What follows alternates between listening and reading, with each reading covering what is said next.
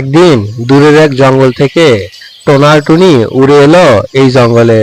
টুনি চিন্তিত মুখে টোনাকে বলল, এই যে টনি, এখন আমরা কি করব? না আছে খাবার, না আছে বাসা, কোথায় যাব? তখন টোনা হাসি মুখে বলল, চিন্তা করো না টনি, একটা না একটা ব্যবস্থা হবেই। এদিকে ঝোপের আড়ালে ঘুমিয়েছিল এক শিয়াল।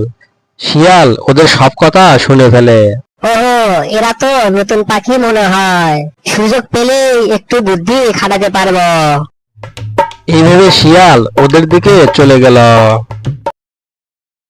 শিয়াল ধীরে ধীরে ওদের সামনে এলো।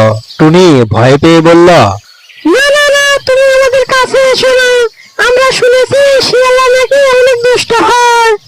শিয়াল তখন মুখে একটু মিষ্টি হাসি নিয়ে বলল, হা হা হা, আরে না, সব শিয়াল এক না।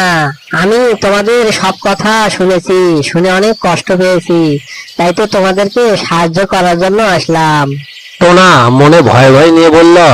তুমি কি সত্যি আমাদের সাহায্য করবে? শিয়াল মাথা নেড়ে বলল, চলো, আমি তোমাদেরকে একটা নিরাপদ জায়গা দেখাই। শিয়ালের পিছে পিছে টোনাটুনি উড়ে চলল। শিয়াল ওদেরকে একটি গুহার মধ্যে নিয়ে গিয়ে বলল, এই জায়গাটা খুবই নিরাপদ, তোমরা এখানে বাসা বানাও, নিরাপদে থাকবে।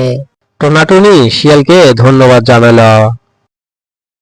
রাতের বেলা শিয়াল নিজের মনে মনে ভাবলো, আহা, এরা বাসা বানাবে আর আমি সুযোগ পেলে ওদের ডিম চুরি করে খাবো, কি মজা। কিন্তু টোনাটুনি ছিল খুব বুদ্ধিমান। শিয়ালের চোখে ধুলো দিয়ে ওরা অন্য গাছে বাসা বানালো। পরের দিন শিয়াল গুহার সামনে আসলো। এসে দেখে টোনাও নাই, টুনিও নাই। ওহ নো, আমি আজকে ওদের কাছে হেরে গেলাম, কিছুতেই মানতে পারতেছি না। শিয়ালকে বোকা বানিয়ে টোনাটুনি খুব খুশি।